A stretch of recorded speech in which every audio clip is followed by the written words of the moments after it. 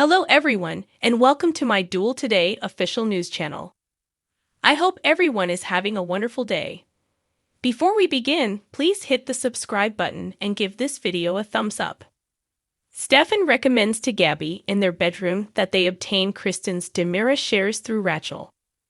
He knows they need to corner Kristen, but he's not sure exactly how to do it. The only solution Gabi can come up with is to kidnap Rachel. He says that kidnapping is overused. However, it's possible that the judge who gave Kristen custody could use a financial boost. With shopping bags, Kristen and Rachel head back to the mansion. Rachel is accused of using all of Holly's shampoo by Holly, who charges in. It was Taylor Swift's brand, was extremely costly, and is now all but gone. The future step-cousins spar until Kristen tells Rachel to finish her homework. She then makes Holly an employment offer. Tate, who is grumpy, finds out he is the new dishwasher from Roman and Brady at the pub. Roman, who is delighted to have Tate there, departs to tell Tate's grandmother Kimberly the good news. Tate snarks about Brady's sudden interest in parenting after 2 years of scarcely seeing him as the father and son argue. Because he doesn't have Rachel any longer, he claims Brady is concentrating on him. Rafe, who is anxious to send Dimitri to the local jail, asks Kayla to sign the release paperwork for Dimitri in the hospital lobby. The only person who can sign the letter, according to Kayla, is the physician who examined Dimitri, and he is out of the office today. Jada begs her to keep Dimitri from escaping due to the hospital's lax security. When Kayla discovers Dimitri's file, she decides to analyze him. Dimitri queries Leo in his hospital room about how he intends to free him. Leo questions why the blame is all on him. Furthermore, what does he know about rescuing a patient from a hospital? He is described as intelligent, clever, and resourceful by Dimitri. He must guarantee their joyful conclusion if he wants it to happen. Leo is aware that this is his chance to venture where the bold fear to tread. I then consider what Lucy and Ethel might do. Brady expresses regret for not spending more time with Tate while he was in California at the pub. He is not, however, attempting to take Rachel's place. He wants to teach him responsibility since he cares about him. Tate reluctantly concedes, after which he offers to speak with Rachel on his behalf, convince her that she misses him. What's in it for Brady, he queries. Tate later reveals he needs an excuse to visit the Demira home after initially pretending to be offended. Holly is upset with him because he revealed her mom's secret. In exchange for assistance with Holly, he will assist Brady with Rachel. Kristen offers Holly a job at the estate as Rachel's math teacher. She'll make it worthwhile so she can purchase as much shampoo as she desires. Holly laughs. Once her mother weds EJ, she will be able to purchase whatever she desires. She will, however, go through with it if Kristen can help her win over Johnny, the boy she is in love with. He's not a boy, Kristen says. Additionally, he will soon become Holly's stepbrother. Holly responds by saying Kristen wed her brother. They are not blood relatives, Kristen responds. The teen claims that Holly and Johnny are not either. Kristen believes that the romance is one-sided. Holly is aware that he would be intrigued, but Channel has his attention. However, Channel isn't her only issue. Because of the jerk Tate Black, her mother nearly found out. He strolls in. But he asks, "Tell me how you really feel." Leo's escape plans include lubing his hand out of his handcuffs and summoning David Copperfield. The magician, not the fictional character, are shot down by Dimitri in his hospital ward.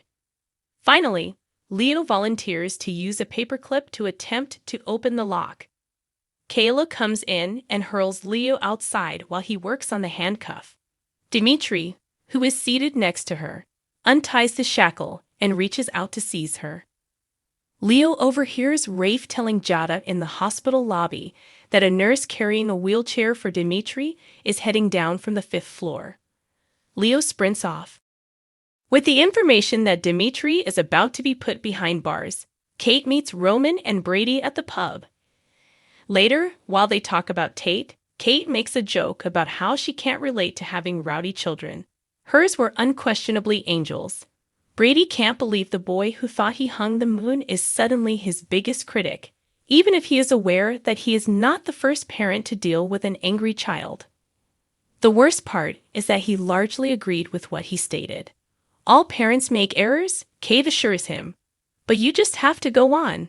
Brady reveals that Tate is assisting the Dimaras with his custody agreement there. Roman laughs. May God be with him. Tate is hugged by Kristen in the mansion, who refers to him as Christopher. Tate reprimands her. She claims that to her, he will always be Christopher. Holly shouts at Tate for being there as she leaves to get Rachel for him. Tate expresses regret for informing her mother about her crush. Who is she actually in love with, he wonders. She identifies him as Johnny. Tate claims Holly is the only friend he has in Salem, and that he'd like to start anew after observing that he's too old for her.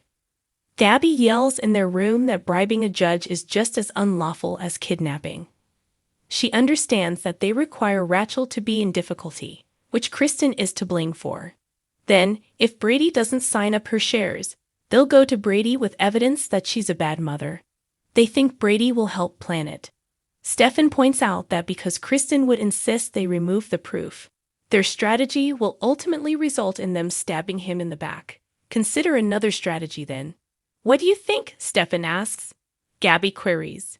Rafe and Jada leave the waiting area in search of the nurse with the wheelchair and go to Dimitri's room. Dimitri has Kayla bound to the bed in the aforementioned room. Leo arrives in a wheelchair and scrubs while sporting a blonde wig. Nurse Leona is available to help. At the estate, Holly and Tate settle on being friends, just friends, and Kristen leaves. Rachel, who has ice cream with Stefan in his room, is nowhere to be seen. This time, she asks him the questions instead of his playing the game of 20 questions. He is harboring a nice secret. When Gabi visits John and Marlena, she asks Brady, "How'd you like to get your daughter back?" Nurse Leona is wheeling Dimitri to the elevator as Rafe and Jada discover Kayla restrained to the hospital bed. Teenage hormones, huh? Tate has returned to town and Holly has grown up, so now they are all over Days of Our Lives. Tate was deeply in love with Holly after just one encounter, while Holly is in a passionate relationship with Johnny, or so she believes. As if that weren't embarrassing enough, their second encounter at the Dimira home grew even more awkward when Kristen greeted Tate warmly as Christopher. Although he dismissed her quickly and insisted that wasn't his name, the incident probably caught some viewers off guard. We thought we'd help you out on what happened between them, whether you're a new viewer who has no idea what they were talking about or a longtime viewer who might need a small refresher course.